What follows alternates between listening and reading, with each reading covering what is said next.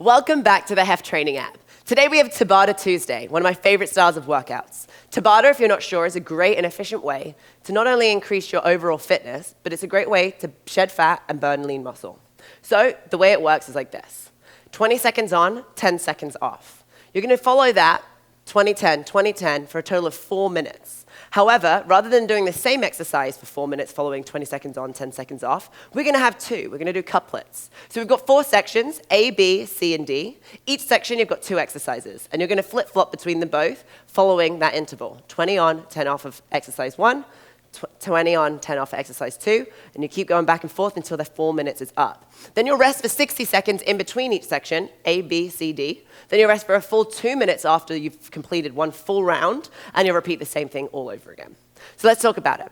Section A, your exercises are mountain climbers and Russian twists. And you're going to notice that it goes from body weight to kettlebell for each section. So mountain climbers for 20 seconds. Hands are on the floor underneath your shoulders in your push-up plank position. I want you to imagine you've got dials on. You're externally rotating and depressing the shoulders. This way, you've got the elbow, the crease of your forearm facing forward and your biceps facing forward. From here, we're going to keep our body nice and steady, and we're going to run our knees towards our chest. What we're trying to avoid is all this crazy twisting. We're going to get there with our Russian twist. So keep the core nice and tight. You can either step or you can run. The choice is yours, keeping everything nice and engaged. Whenever you're done with that, we're going on to Russian twists, which is going to be nice and spicy for you. You can either go body weight, which I started at body weight, but I was like, I want a little bit more. So I grabbed a kettlebell, and you're going to twist your torso, not just turn and move and tap the floor, but your whole torso, you're going to turn it to the left, tap outside your hip, and then your right. Now, the further you lean back, the more weight you're going to have in your core. I like to put my heels on the floor, toes up so they're barely touching, but I'm not suspending them. And if you want to make it a little harder, you can always bring your heels off the floor if you'd like, with or without a weight. 20 seconds, this is really crazy. Key point here, I noticed that as I was getting fatigued, my back started to do this and round. So key point, push out your chest, and keep your core nice and tight and chest proud. That'll help you with that back. Whenever you're done there, you're going to move on to section B, where you have kettlebell swings with a single arm press. So 1 kettlebell, so maybe you challenge yourself since it's only 20 seconds, maybe you go ahead and grab a heavier weight. Or if you are doing this with a strength program as well, then maybe you use lighter weight here to just burn, sweat it out, move quickly, and then you just focus on your heavy weights on your strength section. So we've got our feet behind the kettlebell, like a triangle. My feet at the base, kettlebell is the tip. Now from here, I'm going to soften my knees. I'm going to karate chop and hinge my hips behind me.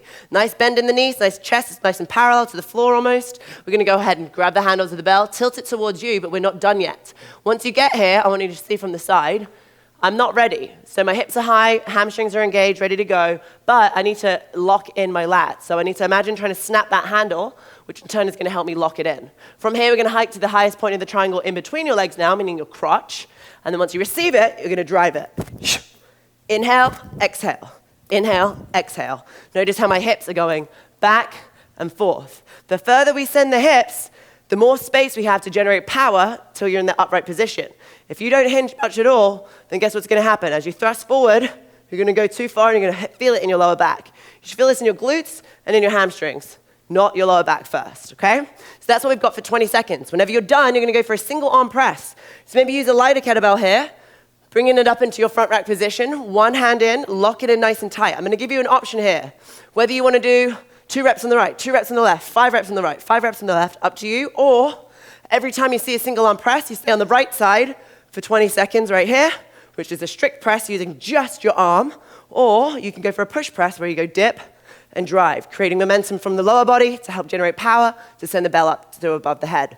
No matter what variation you choose, make sure that when you're in that overhead position, you've got wrist, elbow, shoulder stacked directly on top of your hips. We're not out here, we're not out here. Keep it nice and locked in, cool? Then you would switch and make sure whatever you do is even on the right as well as the left, using the same load. That's section B. Let's talk about section C. We're gonna move on again to that body weight stuff. Thigh killers and lateral lunges. Your legs are gonna love you, I promise. Love, hate, you know? So feet underneath the hips. If I was to draw a straight line down from my hips as my feet are starting. I'm gonna come down into a narrow squat position. I'm gonna take 2 mini jumps out to get my feet to a regular squat position like this. Out, out, that's my regular squat position. Then we're coming back in, fitting our feet over the same spots that they went out with. Out, out, in, in. And to see me from the side, my hips are going up and down with every single rep. What they're not doing is the rain dance, staying on the same level. Imagine you're trying to touch your ass in that seat every single time. That is your thigh killers. And if you are not ready to use both legs at once, you can always use one. So squat down, take one foot out, in, switch sides, out, in. The choice is yours. Up next is lateral lunges. So you're gonna go ahead and take a step out to the side. When we go nice and wide, as soon as your foot lands on the floor, the trail leg, right, the one that's behind is gonna stay straight. The lead leg is going to bend, and you're gonna imagine that you're trying to sit your butt in a seat, keeping your chest up as tall as you possibly can.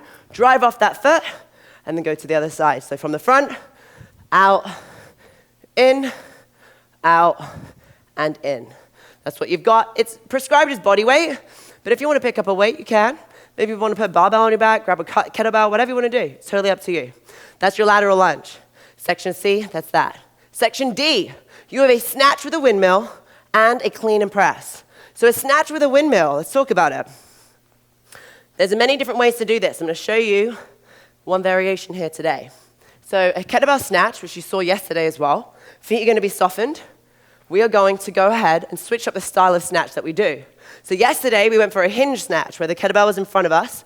We hiked it in between our legs, we retracted our shoulder, and then we pressed and punched above our head to get the weight up there.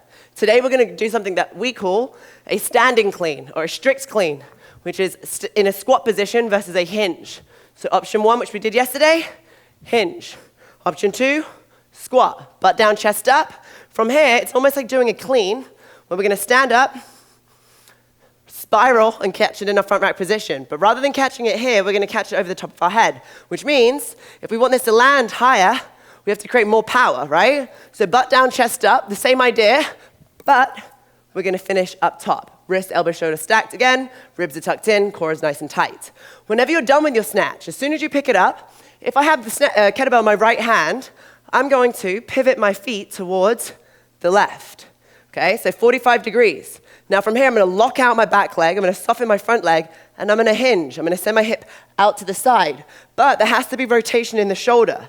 So if you're not familiar with this move, do it without the weight first. So push it up, we're going to rotate the spine, and we're going to send that hip out to the side, and we're going to track on the inside of our leg with the front leg. Then we're going to come up, bring it back down, switch sides, snatch, turn and hit your heels, soften the front leg, lock out the back, hinge, keep your eyes on the bell, boom, and we come back.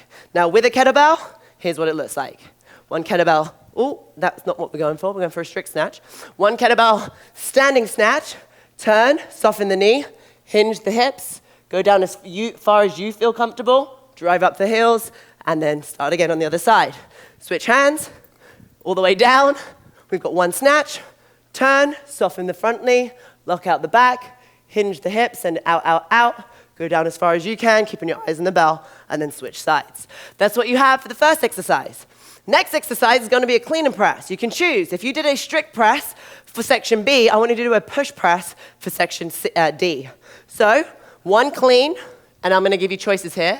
Either squatting down for that vertical clean that I showed you, push press, dip and drive, strict press, using nothing other than that arm. Or you can hinge. So option 1 for that clean, boom. Option 2 for that clean, hinge the hips and clean again. So the choice is yours. And again, you'll start 20 seconds on the right, go back to the snatch with the windmill, 20 seconds on the left, go back to the snatch and the windmill, and you'll hit both sides twice. So have fun with that one. This is your workout for today. Don't forget you're going to be doing 2 rounds, and don't forget that timer is really easy to follow for this one. You can just run a rolling clock, and I'll see you tomorrow.